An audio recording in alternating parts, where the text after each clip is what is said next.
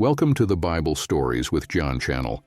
We will discuss in this video why God became man, the truth behind Adam, Eve, and redemption. From the moment God created the heavens and the earth, a powerful plan was set in motion. A plan that would forever change the course of human history. What began in the Garden of Eden would ultimately lead to the most profound act of love, the moment God Himself became man. But why did it happen? To fully understand, we need to journey back to the very beginning, where it all started with Adam and Eve. In the beginning, God created the heavens and the earth. He placed great care into shaping the world, preparing it as a perfect home for humanity.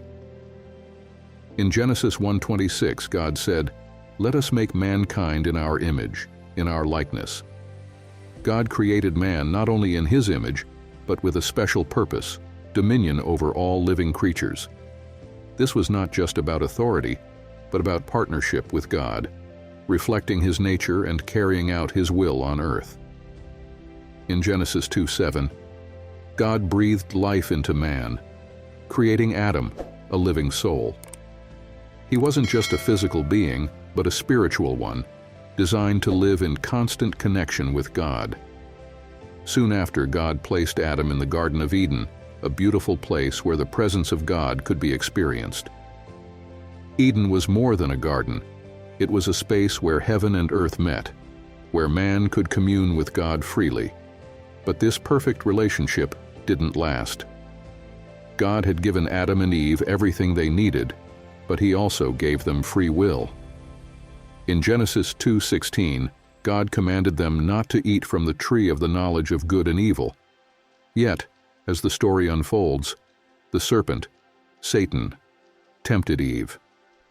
She ate the fruit and shared it with Adam, both of them disobeying God.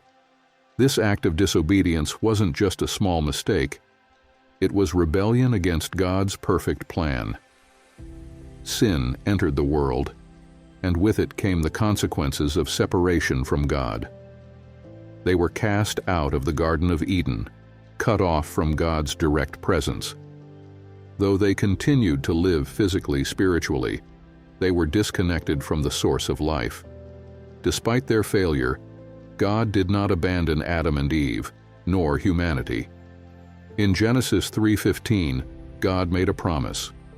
He told the serpent, "I will put enmity between you and the woman, and between your offspring and hers. He will crush your head, and you will strike his heel." This was the first prophecy of redemption. God was revealing His plan to defeat sin and Satan through the seed of a woman. Thousands of years later, this promise was fulfilled when Jesus Christ was born of a virgin, just as Isaiah 7:14 foretold. "The virgin will conceive and give birth to a son, and will call him Emmanuel," which means God with us. Jesus, fully God and fully man, came to earth to restore what had been lost. His death on the cross wasn't just a tragic event, it was the ultimate victory over sin and death. As His heel was bruised on the cross, He crushed the head of Satan, securing our redemption.